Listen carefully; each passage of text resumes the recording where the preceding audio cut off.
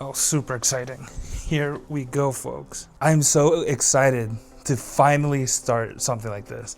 This is what is going to be the hobby boat. That's the working name right now. We might change that, but I teased on my socials that we bought a boat. It is a 16-foot Grumman aluminum, and it's gonna be my project boat, and it's what I'm gonna be fishing on this coming year. There's some still, as you can see, there's some stuff still left to do in the storage room to get this ready for fishing, but I want to bring you along, show you all the steps that I'm taking. Hopefully, if you're looking to buy an aluminum boat or you got one, you don't know what to do with it, hopefully what I'm doing here can be some kind of help or some lessons learned, because I don't know what I'm really doing. We're just winging it at this point, but hopefully it can be some help for one of you, some lessons to learn. This won't be like a full how to build an aluminum boat. Tiny Boat Nation's great for that, a bunch of other guys, but just kind of bring you along for the ride on how we get a boat ready for the season. And before anything else, if we flip this camera real quick, as you can see,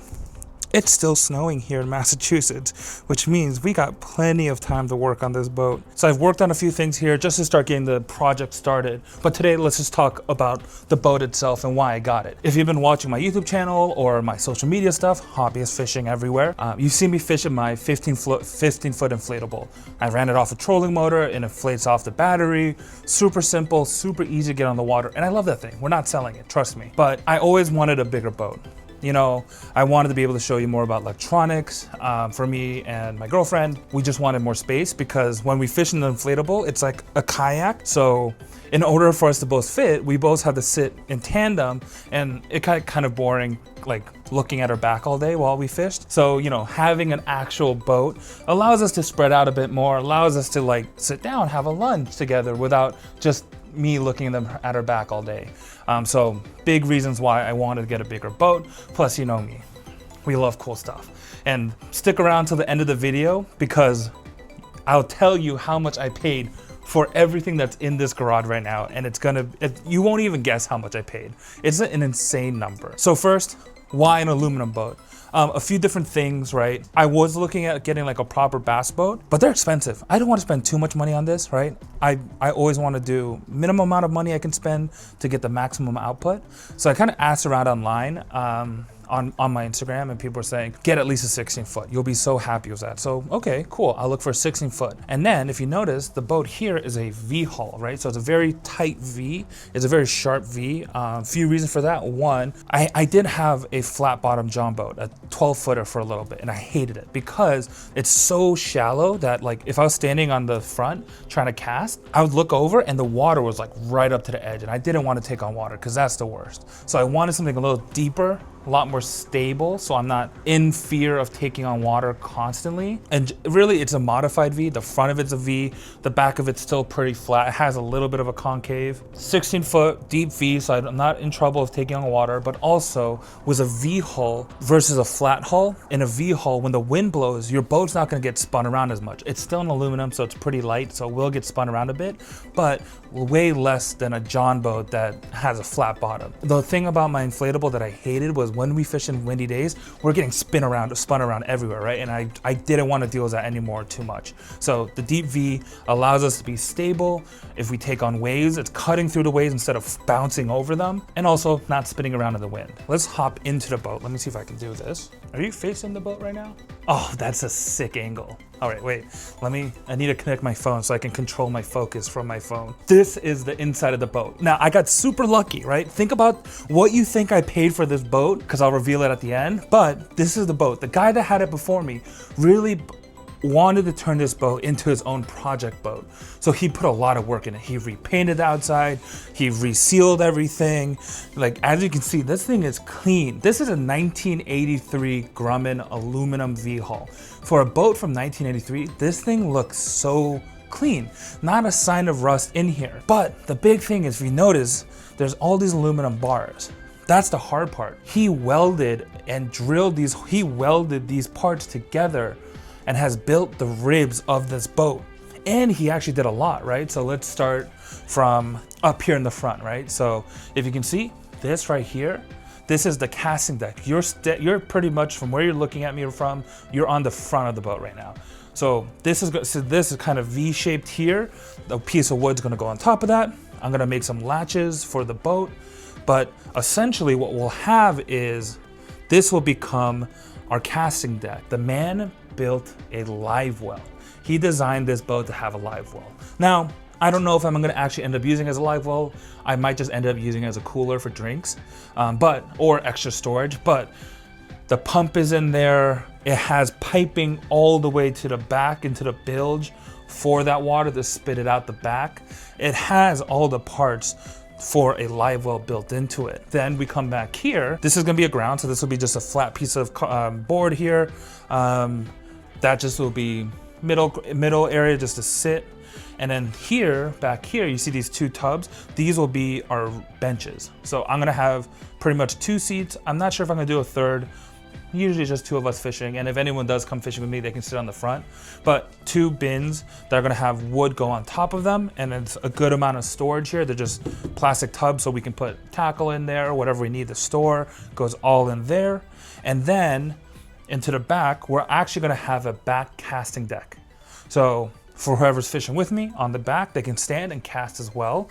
So this part right here, and then the back will be empty for my batteries. Because the storage doesn't have plugs, I'm going to have to take my batteries home every time I get off the water, just to charge them at home. But it has a place for a transom, has a place for an outboard to put that motor on, has a battery tray for a battery. And if you've kind of been looking inside, there's this big pipe of PVC running through this whole thing. That's really crazy. I didn't realize it, and it goes all the way to the front. The reason why is there's a bunch of string in there. So later, once I'm ready to wire up this boat to actually fish it, I just have to tie the string to these pipes and run it all the way through into the back. So I don't have to feed the wire through it and hope I make it to the back. But it already has pipe for the line, it already has pipe built in for the electrical, which is crazy. I think the only things left that I'm gonna do is actually, I'm gonna buy some closed cell foam, put some foam in the sides here to make sure it's a little bit more floating in case you take on water, but it's also designed for an area for a bilge pump so I can pump out water from the back. But that's kind of the general layout. It's gonna be pretty simple, right? I am thinking about doing a rod locker, but I don't know if I'm gonna have the space for it. I might just have to put them on the deck, but that's a conversation for a later time. So pretty simple, back casting deck, seating, floor, front casting deck, in a 16-foot boat, and it's a pretty wide amount of space. However, the one big part of this project that we're gonna have to figure out is actually building a steering mount. I'm gonna show you the motor in a bit, but I got a motor that's designed to not be a tiller, to be a steering wheel. And I can't even get back there. I even got the controls, the steering wheel and the wires to control that motor. I need to build a console. I need to get a console for this boat. That's the one little project we're gonna have to work on, but we're gonna put it right here. It's gonna be a side console so I can drive this thing from the front, which will be really cool. But that will turn it really into like a proper bass boat. I'm thinking electronic on the console, of course, one on the front. We're getting forward-facing sonar. I don't care about your arguments of what you think that means, but I'm getting some live scope because I want to catch some big ones. I have to kind of IKEA furniture the rest of it back together, but that shouldn't take too much. I mean, just the bars itself is plenty of work, right? Putting these bars together is so much, and I'm so grateful that this guy was willing to part with it at the price that he did and allow me to buy it. But that price reveal is coming towards the end. But while we're here, let's also talk about the things that I got with the boat. So one of the things I got with the boat, which is really huge, was a motor. This is a 1999 Force by Mercury, 40 horsepower motor. It runs, we checked it. I checked it with the guy. It just needs to be installed. And yes, I already read online that Force doesn't have the best reputation, but the guy kept good care of it. It's an older model, so 1999, the last year they were in production. So hopefully that means it's not gonna die on me. It's a 2-stroke, so hopefully I can learn how to fix this motor myself. As you can see, I need to build a steering wheel. It's not a tiller. For a motor that's as old as I am, it's looking pretty good. He redid the oil, he's worked through it. Like I said, the thing runs pretty good. It's just a matter of upkeep on it. But everything, at least in terms of what I found on, at least in terms of the things online that I found that may be an issue with this motor, I've checked and it looks pretty good. Everything looks pretty clean, but that's the motor itself.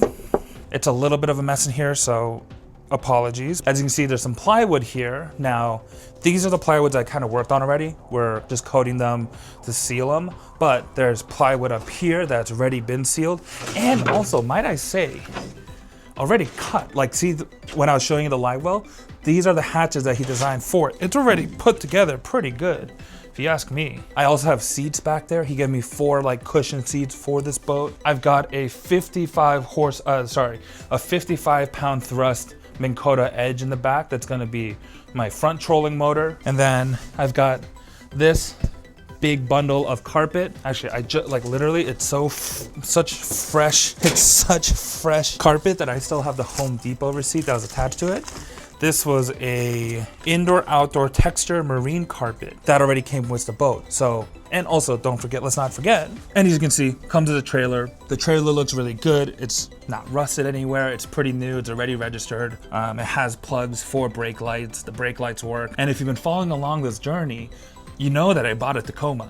And I bought the Tacoma knowing that I wanted to get a boat in the future. And, you know, partly the reason why I got an aluminum is because, you know, a Tacoma is not the biggest truck. A Tundra could pull a bass boat probably pretty easily, but because I'm a little taco, you know, my max load is 5,000. Of course, this is not gonna go anywhere near 5,000. I feel pretty safe. So that's pretty much everything I got with, oh, and a boat cover. I also got a boat cover. So that's pretty much what I got with the boat itself.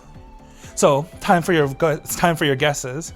For the trailer, the boat, the motor, the plywood, the rigging inside, the seats in the back, the carpet. If you haven't made your guess yet, if you haven't made your bets yet, leave them in the comments below. I bought this whole setup for $2,000. That's a crazy, that literally, I'm gonna explain to you what the series of events that happened. I didn't rent this garage yet. I saw the post on Facebook Marketplace. It said 2,000. I saw where it was. It was a 20-minute drive from me, and just got straight in the car. And I texted the guy. and said, "Hey, are you available? Can I come by and see it?" Went to see it. Checked if the motor turned on. Checked how everything looked. And then I said, "Hey, I want to buy the boat. But before I pay you, I need to call a storage facility that I've been eyeing in my area so I have a place to put this boat because I don't have a garage. This is my garage." So then literally was like, "Give me a second." Got back in my car, called the place, said, "Hey, it's still available." Put the money down to get the storage, went back out, Venmo'd him the money. Well, not Venmo'd, I Zelled him. Zelled him the money, and then bought the boat from him that day. $2,000. I don't care if this motor's crappy. I don't care. I can buy a new motor or used one. But for $2,000, are you kidding me? And just having to put the wood in there is a crazy deal. So I did let him know that I'd make videos. I said, "Hey, I'm gonna take some good care of this thing. You're gonna see where it goes online. I'm gonna make a lot of videos on it and share it with all of you." But this is the first part of the build. We have it. I'm showing it off to you. We're starting to do some work, which you'll see in the next few clips. We just started doing some stuff on it, like the plywood that we're gonna have to end up using. We're just treating it right now so it's waterproof. I tried carpeting a little bit, but we've started it. So this is part 1 of my 0 to 100 bass boat journey, and then we'll lead into a whole bunch of fishing. But I'm so excited to be able to share this with you all in this way. What was nice is that most of the plywood that the guy had cut for this boat was already pre-treated. As you can see, it's kind of glossy, it was epoxy. So all I really need to do for these is just carpet them. So really all I need to do is put some glue on here, put this on there, and then staple it together. For the glue, I got a few of these Ultra Bond Eco 20 adhesives for textiles. So we're gonna spray this on, slide this on with the scraper tool, and then we're gonna flip it over onto the carpet and then press it in, and while it's still wet, we're gonna tighten it up and then staple it in. I don't know anything about this stuff. I'm just going off what I read online. That seems about enough glue for this. Maybe not, actually. Oh no. I think I might have nailed that glue job. So a nice thin layer of glue on there. Gonna lay down this carpet. I don't need too much of it.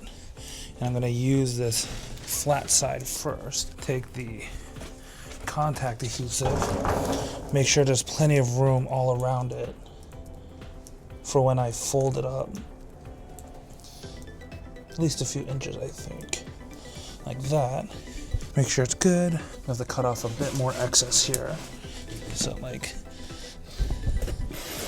that much. And get this as tight as I can. Trim up some more of this excess here. There we go. But there's the first piece done. So the reason why I wanted to get that one done first is because this is going up here and it's going to be bolted in. This is going to be for the trolling motor to sit on. So want to get that piece in first, but hey, not a half pad carpet job if you ask me. So while most of the wood was pre-treated by the guy, some of this extra plywood that I have to still cut for the remaining parts of the boat haven't been. So all we're gonna do here is take some of this. It's like deck waterproofer, just clear. All we're doing is literally pouring a bit on and then just making sure we coat this whole thing really nice and evenly. And when we cut it, all the edges here will also clean up. So we make sure this wood is nice and watertight and it's not gonna take a bunch of water as we fish in it. And also, besides the boat journey, if you don't care about my boat, what this really also means is that this year, the big thing was filming on the water content was my old inflatable, was that you're just, I didn't have much range of motion. So the videos didn't really come out that nice. It was just chest cam video footage and just me casting, right?